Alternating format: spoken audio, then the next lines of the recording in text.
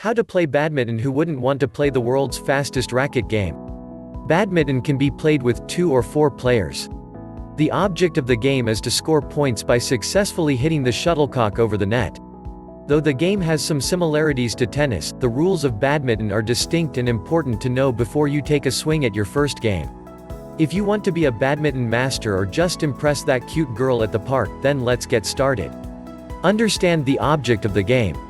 Badminton, like tennis, is a racket sport that is played by either 2 players or 2 teams of 2 players each.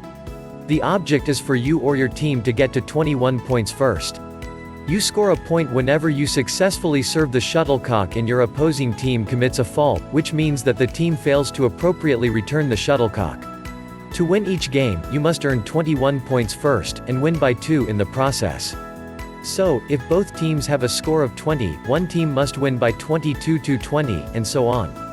If you and your opponent cannot win by 2 and keep going until the score is 29 all, then the first team to score 30 points wins. The first team to win 2 games wins the match. If the score is 1-1 in games, you must play a third deciding game. 2. Get familiar with the badminton court. The badminton court is 44 feet (13.4 meters) long by 20 feet (6.1 meters) wide. If you're playing singles, you play on the part that is 44 feet (13.4 meters) long but only 17 feet (5.2 meters) wide. The net should be positioned halfway across the court, made of 3/4 inch mesh at the 20 foot (6.1 meters) mark, 17 feet (5.2 meters) for singles, 5 feet (1.5 meters) above the ground. When you're playing doubles, the extra 15 feet (1.5 meters) on the left and right side of the court, the doubles sidelines, are considered fair game for serving and returning. Here's what else you need to know. 1. Each side of the court has a right and left service court. The server of one team must serve from one service court to the service court diagonal from it. Players must change courts after each point has been scored. When serving in singles, you can serve to the opponent's diagonal service box and the back singles line on that side of the course, but not to the wider doubles sideline. When serving in doubles, the player can serve to the opposing team's diagonal service box, including the doubles sideline, but not the singles long service line. So, for singles service, the receiving court is longer and narrow, and in doubles service, the court is wide and short. After the shuttlecock is successfully served, each team's entire court becomes fair game. The shuttlecock just has to stay within the bounds of the doubles or singles court. Players can score points once a player commits a fault. If a server forces the opponent to take a fault, a point will be given to the server. If the recipient forces a fault to the server, so the server can't play it, the recipient will receive the point as well as the recipient becoming the new server for the next play. 3. Understand the basics of play. Here's what you need to know before you start your badminton game. Beyond the court information and the scoring rules, toss a coin or have another contest to decide which team will be serving first and which side they will play on. The first serve of a badminton game comes from the right half of the court to the court that is diagonally opposite that court. For the rest of the game, if you have an even number of points, serve from the right; if you have an odd number of points, serve from the left. If the serving side commits a fault, then the receiving side gets a point and the serve shifts to that side. If the serving team serves and the receiving side commits a fault, then the serving team moves from one service court to the other and continues to serve. There is a point scored after every serve, unlike in volleyball, for example. In doubles, each team only has one service. So, if one player on one team serves and faults, then the shuttle goes to a player on the other team, and so on.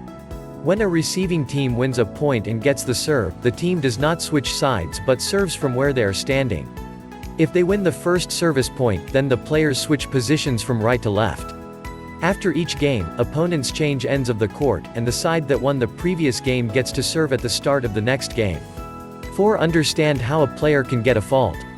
There are several reasons that a team or player can earn a fault. Here they are. When the shuttlecock is served, the shuttlecock must be hit to a point higher or at the server's waist, otherwise it's a fault. If any part of the racket at the point of striking wasn't higher than any part of the serving player's hand, a fault can be given. If the serving team fails to serve the shuttlecock over the net, the shuttlecock must be hit only once by the same player as to be considered fair in badminton. In badminton, you only get one try on each serve. The only exception is if your team gets a let, which is when the shuttlecock hits the net and falls over into the opponent's court. In that case, you get another try.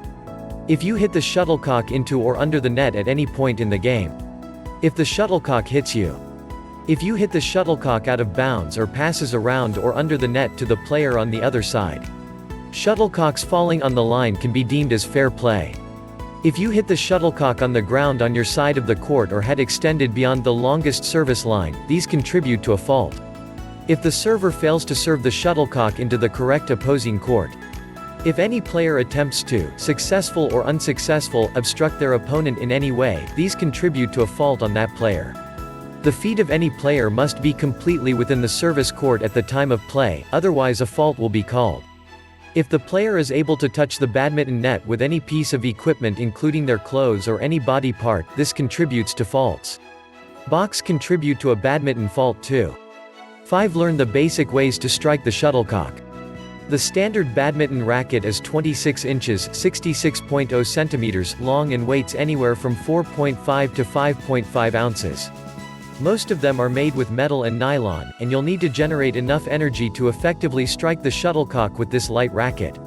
The main strokes are the forehand and the backhand, as in tennis, and you'll need a light, quick wrist to effectively strike the shuttle. Here's what you need to know about striking the shuttlecock: it's all about the footwork. See the shuttle and use several small steps to position yourself so that you can easily strike it instead of having to stretch too much. You'll need to practice the backswing, the forward swing and hit, and the follow-through in order to hit the shuttle effectively. You should hit the shuttle's round center, not the feathers of the shuttle. Perfect your clear shot. This is the most common shot, and the goal is to strike the shuttle in a way that moves your opponent away from the net, which gives you time to set up your next shot.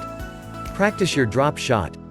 To hit this shot effectively, you'll have to hit a slow, gentle shot that makes the shuttle fall just over the net, making it hard to reach for your opponent, no matter how fast he runs.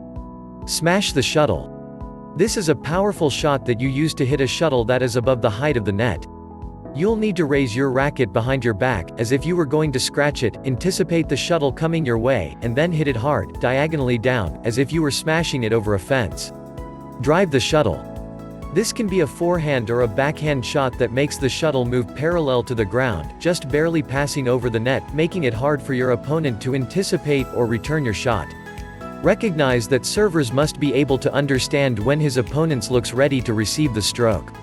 The server must not serve when the opponent doesn't seem ready to receive. Both players must be standing within the confines of the court with both feet stationary in contact with the ground until the server delivers the ball to their opponent. However, players must not stand on either of any of the lines painted on the ground, for these are considered to be outside of the service court's area.